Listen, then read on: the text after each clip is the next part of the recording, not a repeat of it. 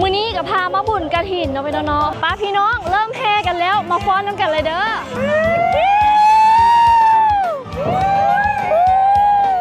ฟ้อนน้ำกัน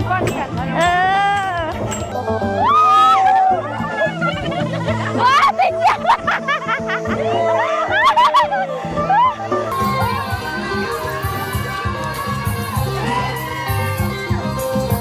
แล้วไหนมื้อนี้มื้อนี้ก็ดีใจเลยเนาะได้ทำบุญทำทานหมายเลขออกมาแล้วรางวัลที่ 1ได้แก่เลข107,070,000กีบโอ้สาธุสบายดีพี่น้องขอต้อนรับเข้าสู่ซองน้องบุญสอนซ่าแนวมื้อนี้กับพามาบุญกระถินเนาะพี่น้องแห่มาที่วัดเดือนแดงตอนนี้ก็เป็นเวลา 9 โมงเช้าเนาะกะขบวนกับมาฮอนละเด้อเนาะก็จะมีนำพาด้วยพระแล้วก็เครื่องกองแล้วก็ประชาชนที่มาน้ำกันเนาะพี่น้องเนาะไทยบ้านอุ้งมุงบุญกันทุกคนเลยเด้อจ้ะ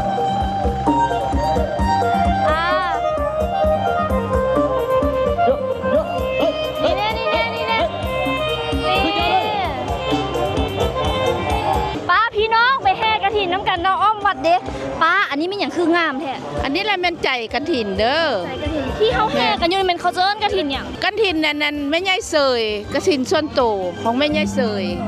คนนั้นเฮ็ดต้นกฐินกระถินก็จะมีหลายรูปแบบเนาะสมาคีบอส่วนตัวบอแล้วก็อีหยังหลายๆอย่างทางบ้านทุกคนเนี่ยเห็นคือกันบอตอนนี้เขาบ่มีนางรำเนาะทุกคนเป็นนางรำน้ำกันหมดเลยอย่าไปฟ้อนเนาะถ้าพี่อุ้มอย่างนี้น่ะฮะบักเต็งบอแม่นมาเขามาฟ้อนกันสาวลาวพ่อแม่พี่น้องทางฝั่งลาวเฮาเวลามาวัดมาวามาบุญงานศิลป์แบบนี้กะสิพากันนุ่งผ้าสิ้นแล้วกะมีผ้าบอกผ้าเบียงเนาะพี่น้องเนาะไปฟ้อนน้ำกันป้าพี่น้องเริ่มแห่กันแล้วมาฟ้อนน้ำกันเลยเด้อยิ้มแย้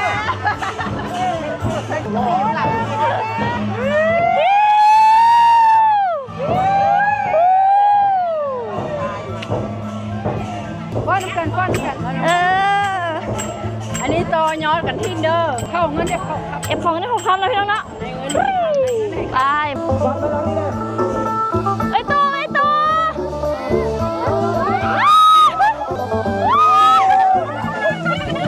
ว้าติดจัง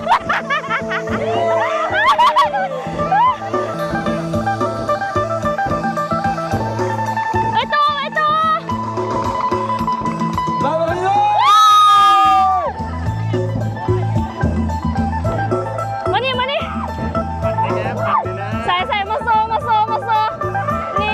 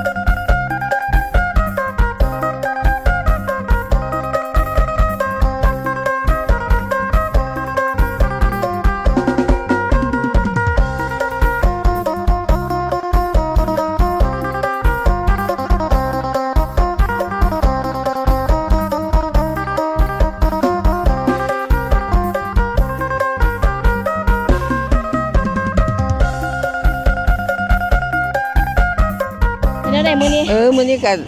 ดีใจแล้วเนาะได้ทำบุญทำทาน บุญใหญ่เลยได้บุญกระถิ่นได้ไม่ใหญ่ได้ ก็แม่นตัว เอาเอิญพี่เอิญน้องมาแห่น้ำกันได้ไหม ก็ได้เอิ้นมาอยู่เด้อ เอาเอิญพี่น้องทางต่างประเทศเด้เอิญตัวแม่งได้ไหม มาแห่กันถินน้ำกันเด้อแม่งเอ้ย พี่น้องทางฝั่งลาวฝั่งไทยได้อยู่ต่างประเทศมาแห่กระถิ่นน้ำกันเด้อ ถินน้ำกันเด้อ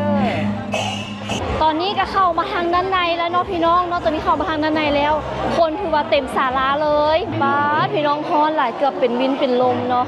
มื้อนี้ก็ถือว่ามวนแฮเนาะพี่น้องนี่เลยก็กำลังเกี่ยมถวายต้นกระถิ่นแล้วก็พร้อมปัจจัยเนาะพี่น้อง ของโทรศัพท์เด้อนี่นะโอ้เป็นแรงงานของโทรศัพท์ของคนไหนลืมในหมอคนเก็บไว้ได้ไว้ให้ของคนไหนก็มาเอา ตอนนี้น้องยักษ์ออกมาทางด้านนอกพี่น้องกำลังสิไปซ้อเอาพัดลมกับระพิมพ์แต่ว่าปัญหาใหญ่ก็เกิดขึ้นก็คือเกือบหายซอกเกือบโบเห็นพี่น้องเลยผู้ใดรักเกือบก็น้อยไปเนาะนี่น้อยเนาะคู่สีขาวเป็นเกือบซุปคนรักแล้วเขาเจ้ายืมเป็นไซอยู่ใส่ไปซอกใส่เอ้ยนี่ดูเจ้าขึ้นทางไหนขึ้นทางนี้แหละบดอยู่คัน3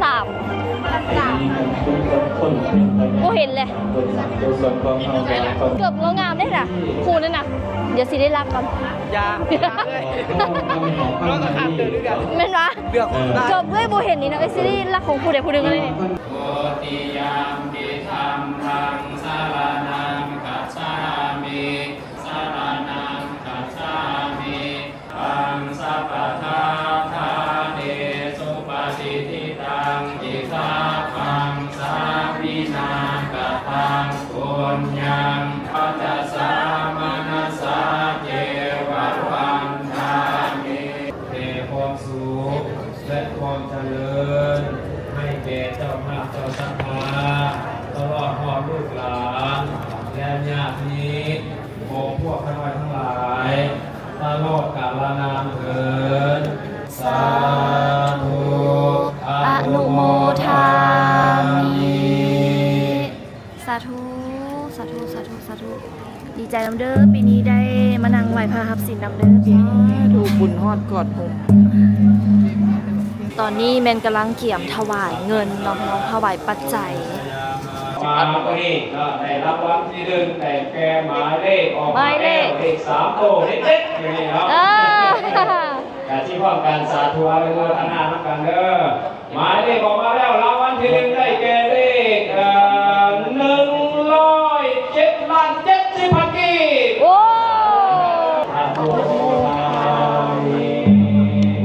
สปอร์ตในตอนนี้เป็นเวลาอยู่11 โมงครึ่ง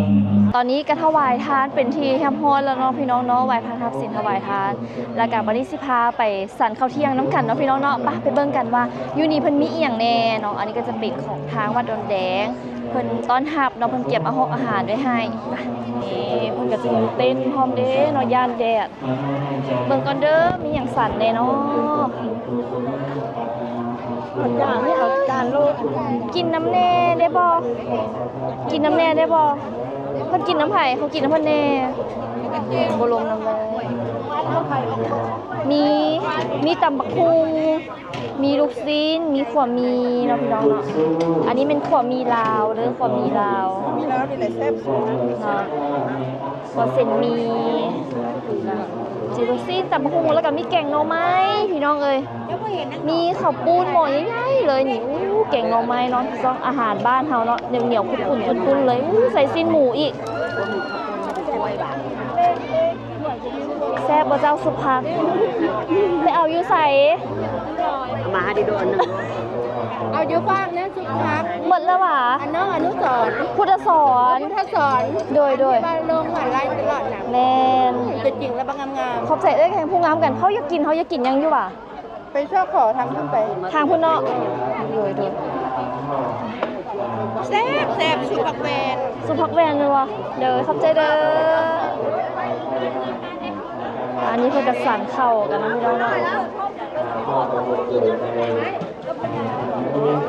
ไปเอาไปซอกหาสุภักแวนน้ำกัดอยู่ฝากนั้นเพิ่นบอกว่า สีน้ำขั้นบาจางกระตุ้นกระใสขั้นบาเข้มกระใสเขาได้ร้าย สบายดีว้ามื้อนี้มาขายตำบักหุ่งข้าวปุ้นแต่จักโมงเนาะมื้อนี้ขายแต่จักโมงมื้อนี้มาขายแต่จักโมงเนาะมื้อนี้ แต่9 โมงบ่ ต่ำก็เป็นแต่แซ่ง่ายพอนี่นะต่ำก็ได้ ตำบักหุ่งก็เป็นตาแซ่บแล้วผู้ตำก็เป็นตาแซ่บคือกัน คนนอกก็เป็นคนดูเหล็กคนงามมาขายพูด50,000พอได้ด้วยเนื้อ พ่อแพ้หมดจักหมื่นแล้วมื้อนี้ ลูกชิ้นมันระบบจุลูกชิ้นแซ่บดูขอบใจ ตำบ่ทันแล้วยำเอารถแนวเนาะ ทำบนทันแล้ว ทางนี้ที่จริงก็มีน้ำเนาะพี่น้องเนาะตอนแฮยังมีอยู่แต่ว่าเดี๋ยวนี้แหละมันมืดแล้วเนาะสุภาพบอกผักแว่นนี่ก็เป็นเมนูอาหารขายดีเลย กินหยังเนาะป้าแต่แซ่บแท้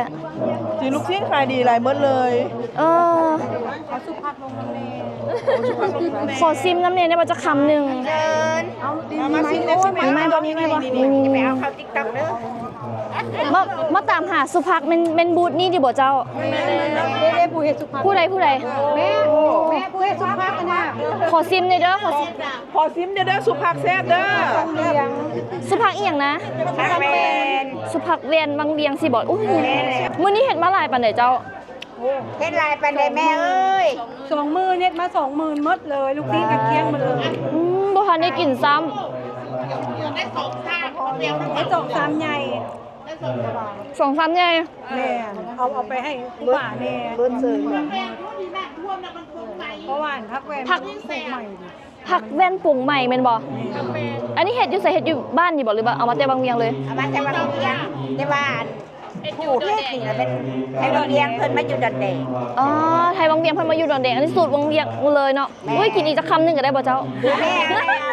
ก็ได้ สุก เด้อ ผักอาหารบ้านเฮาด้วยโอ้ยคำหนึงอีกคำหนึงอีกคำหนึงเฮ็ดจังไดนะเฮาขอสูตรได้ก็ได้บ่ ได้บ่เพิ่นขอสูตรเนี่ยเพิ่นเอา มีหัวหัวแห้งกระเทียมแห้งของเพชรแห้งข่าใส่อันน่ะน้ำปลาไปเอาวะเกลือ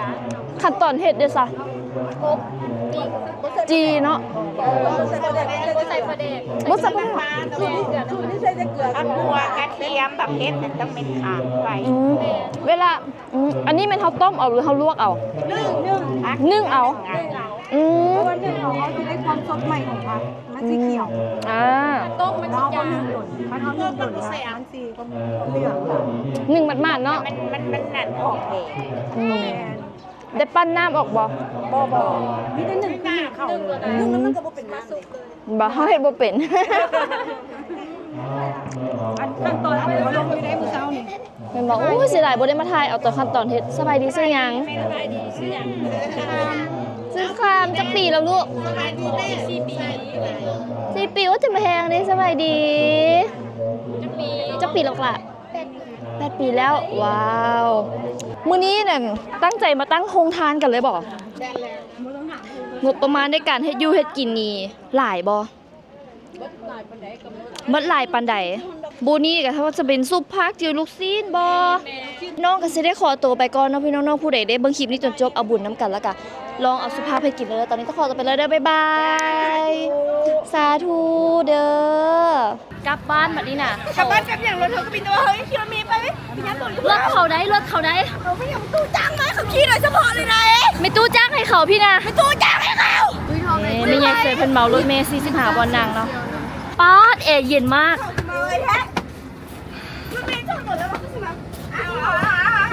มาอยู่รถเมล์นางเงี้ยอยู่ ใส่ทุกคนเป็นเธอ